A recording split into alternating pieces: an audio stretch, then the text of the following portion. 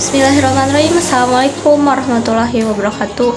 Perkenalkan, nama saya Dinda Darmayanti dari kelas A20 dengan nomor induk mahasiswa 2281130955. Tujuan di sini saya membuat video untuk memenuhi ujian akhir semester mata kuliah mikrotesting. Bismillahirrahmanirrahim. Dimulai. Berikut beberapa keterampilan bertanya tentang puasa dan itikaf. Keterampilan bertanya dasar. 1. Menggunakan pertanyaan terbuka, misalnya apa makna puasa dalam Islam. Yang kedua, bertanya tentang tujuan dan manfaat puasa dan itikaf. Yang ketiga, menanyakan tentang syarat dan rukun puasa dan itikaf. Yang keempat, menggunakan pertanyaan tentang cara menjalankan puasa dan itikaf. Kelima, bertanya tentang pentingnya kesadaran dan ketabahan selama puasa. Keterampilan bertanya kritis. 1. Mengajukan pertanyaan analitis, misalnya bagaimana mempengaruhi hubungan dengan Allah Subhanahu wa taala. Yang kedua, bertanya tentang perbedaan antara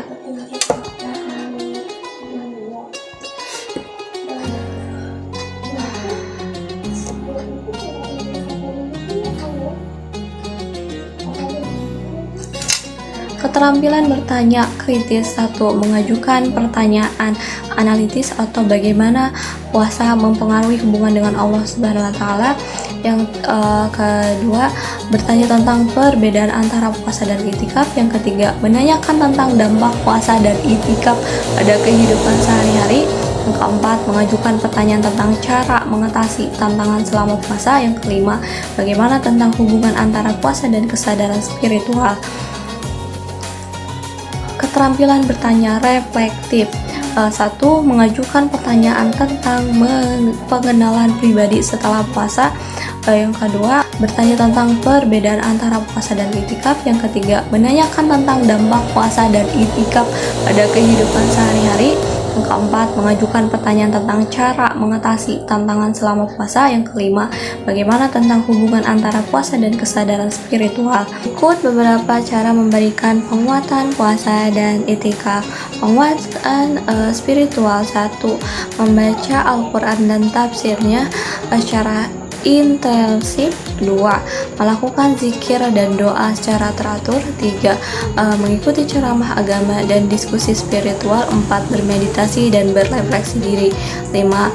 Mengunjungi masjid dan mengikuti kegiatan keagamaan. Penguatan mental. 1. Mengembangkan kesabaran dan ketabahan.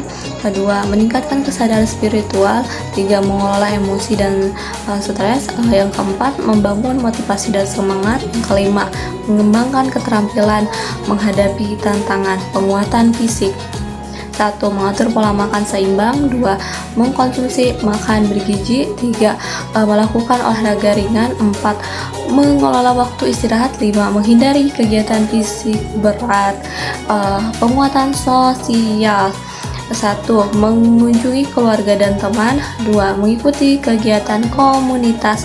Yang ketiga, berbagai pengalaman spiritual. Yang keempat, membangun hubungan sosial yang kuat. Yang kelima, membangun empati dan kesabaran. Aktivitas penguatan. 1. Qiyamul Lail, sholat malam. 2. Tarawih dan witir. 3. Membaca kitab agama. 4. Mengikuti retreat spiritual. 5. Berpartisipasi kegiatan keagamaan. Manfaat penguatan. 1. Meningkatkan kesadaran spiritual. 2. Membangun karakter yang kuat. 3. Mengembangkan kesadaran dan ketabahan. Yang keempat, meningkatkan kualitas hidup. Kelima, membangun hubungan yang kuat dengan Allah Subhanahu wa taala. Berikut beberapa keterampilan menggunakan media untuk mendukung puasa dan itikaf. Media digital. 1.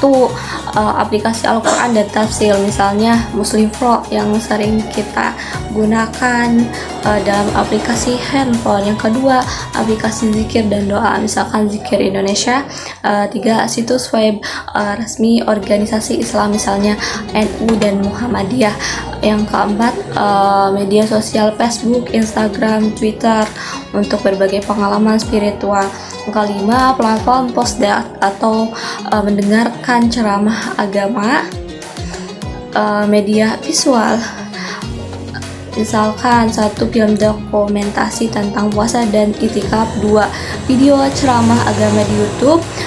Tiga, Instagram tentang puasa dan itikaf. Empat, foto-foto inspiratif untuk memotivasi. Lima, animasi tentang cara Nabi dan sahabat. Terus media audio, satu, poster ceramah agama. Dua, audio Al-Quran dan tafsir. Yang tiga, musik spiritual, misalkan Nased. Empat, audiobook tentang puasa dan itikaf. Lima, rekam zikir dan doa. Media cetak, satu, buku-buku tentang puasa dan itikaf. Dua, majalah agama, misalkan majalah Muslim. Tiga, koran agama, misalnya koran Republika. Lima, empat, brosur tentang puasa dan itikaf. Lima, kalender Islam. Keterampilan menggunakan media, satu, membuat konten inspiratif untuk media sosial. Yang kedua, menggunakan aplikasi Al-Quran dan tafsir. Tiga, membuat poster ceramah. Yang keempat, mengedit video ceramah agama. Yang kelima, membuat infografis tentang puasa dan itikaf. Enam, menggunakan teknologi untuk meningkatkan waktu sholat. Tujuh, membuat grup diskusi tentang puasa dan itikaf. Manfaat menggunakan media, satu, meningkatkan kesadaran spiritual. Dua, membangun komunitas online. Yang ketiga, meningkatkan aksesibilitas informasi. Yang keempat, membangun motivasi dan semangat. Lima, meningkatkan kualitas atau kualitas ibadah. Berikut beberapa keterampilan menggunakan media untuk mendukung puasa dan itikaf. Media digital, satu, aplikasi Al-Quran dan tafsir, misalnya Muslim Pro yang sering kita gunakan dalam aplikasi handphone. Yang kedua, aplikasi zikir dan doa, misalkan Zikir Indonesia. Tiga, situs web resmi organisasi Islam, misalnya NU dan Muhammadiyah. Yang keempat, media sosial Facebook, Instagram, Twitter untuk berbagai pengalaman spiritual.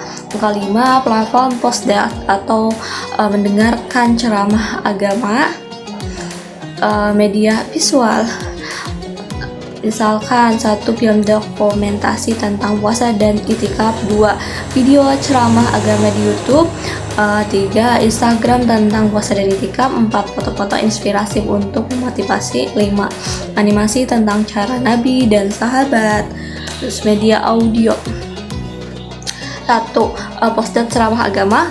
Dua, audio Al-Quran dan tafsir. Yang tiga, musik spiritual, misalkan Nased. Empat, audiobook tentang puasa dan itikaf. Lima, rekam zikir dan doa. Media cetak, satu, buku-buku tentang puasa dan itikaf. Dua, majalah agama, misalkan majalah Muslim. Tiga, koran agama, misalnya koran Republika. Yang keempat, brosur tentang puasa dan itikaf. Lima, kalender Islam. Keterampilan menggunakan media, satu, membuat konten inspiratif untuk media sosial. Yang kedua, menggunakan aplikasi Al-Quran dan tafsir. Tiga, membuat poster ceramah. Yang keempat, mengedit video ceramah agama. Yang kelima, membuat infografis tentang puasa dan itikaf. Enam, menggunakan teknologi untuk meningkatkan waktu sholat. Tujuh, membuat grup diskusi tentang puasa dan itikaf. Manfaat menggunakan media, satu, meningkatkan kesadaran spiritual. Dua, membangun komunitas online. Yang ketiga, meningkatkan aksesibilitas informasi. Yang keempat, membangun motivasi dan semangat. Lima, meningkatkan kualitas atau kualitas ibadah. Berikut beberapa keterampilan penilaian atau evaluasi puasa dan itikaf. Satu, keterampilan umum. Satu, menggunakan tujuan dan target puasa dan itikaf. Dua, menilai kualitas ibadah dan kesadaran spiritual. 3. Evaluasi disiplin dan ketabahan. 4. Meningkatkan kesadaran dan empati. 5. Menganalisis dampak puasa dan itikaf pada kehidupan sehari-hari. Keterampilan penilaian diri. 1. Merefleksikan motivasi dan niat puasa dan itikaf. 2. Menilai kualitas waktu yang dihabiskan untuk ibadah. 3. Mengevaluasi kemampuan mengelola emosi dan stres. Yang keempat, mengukur peningkatan kesadaran spiritual.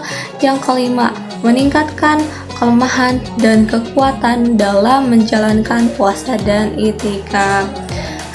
Keterampilan penilaian objektif.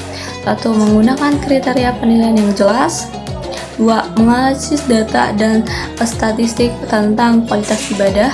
3. Menilai kualitas konten dan materi yang digunakan. Yang keempat, mengevaluasi dampak puasa dan itikaf pada komunitas. Yang kelima, mengukur peningkatan kesadaran dan partisipasi. Indikator penilaian. 1. Kualitas ibadah atau misalnya seperti sholat, zikir, dan doa. 2. Kesadaran spiritual, membaca Al-Quran, tafsir. Yang ketiga, disiplin dan ketabahan. 4. Kemampuan mengolah emosi dan stres. 5. Dampak pada kehidupan sehari-hari, perubahan perilaku, hubungan sosial. Metode penelitian. 1. Observasi secara langsung. 2. Wawancara dan diskusi. 3. Kuesioner dan angket. 4. Analisis dan data statistik. Yang 5. Evaluasi diri dan refleksi. Manfaat penilaian. 1. Meningkatkan kesadaran spiritual. 2. Membangun motivasi dan semangat. Yang ketiga, meningkatkan kualitas ibadah. Keempat, mengidentifikasi kelemahan dan kekuatan. Yang kelima, membangun perencanaan untuk perbaikan. Mungkin cukup sekian untuk video kali ini saya buat untuk memenuhi tugas mata kuliah berikut resti. Apabila banyak kesalahan baik dari kata ataupun pelafalannya, mohon dimaafkan. Wabillahi taufiq wal hidayah. Wassalamualaikum warahmatullahi wabarakatuh.